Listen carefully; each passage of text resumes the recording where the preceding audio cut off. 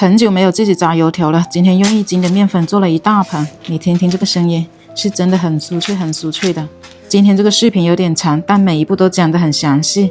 先準備1斤的普通麵粉，我用的是這個安琪的油條蓬鬆劑，1包是20克，剛好配1斤的麵，不用再另外加鹽啊、加糖啊這些。鸡蛋是97克，然後鸡蛋和水的總重量是350。哎呦，給它攪成麵絮，不要畫圈去攪就行。攪成麵絮了，來點食用油，這個一定要戴上手套，不然會很粘手的。手上再抹點食用油防粘。這個麵是只能揣不能揉的，一揉面起筋了，油條就炸不蓬鬆了。反复的給它揣個2、3回就可以了。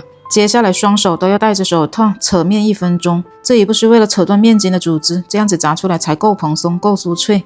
如果時間夠充裕的話，可以提前1個晚上或者幾個小時和好面，這個步驟也能省掉。接着面墊上抹點食用油，反复揣面，折疊2、3次，要揣到位来。這個步驟是為了排空裡面的空氣。最後捲起来，用保鮮膜包好，洗面半個小時以上。不急着吃的話，放冰箱也行，但最好24小時內用掉。我今天這個是醒了30分鐘的。這個乾麵粉一定要來多一點防粘，給它擀成一個長長的大薄片，大概筷子那麼厚就可以了。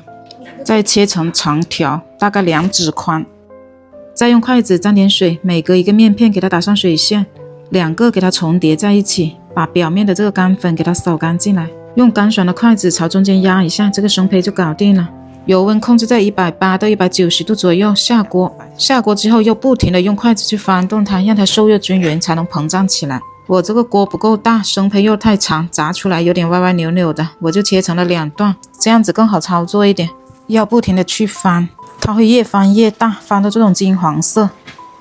這個可以出鍋了。第二鍋也下鍋了，這裡提醒一下，生胚做好就要盡量下鍋，最好一邊做一邊熱油，放久了炸出來賣相就沒那麼好的。你聽听這個聲音，是真的很酥脆很酥脆的，好久沒吃了就特別的想吃。最後還剩1鍋沒炸，繼續把它給下鍋炸了。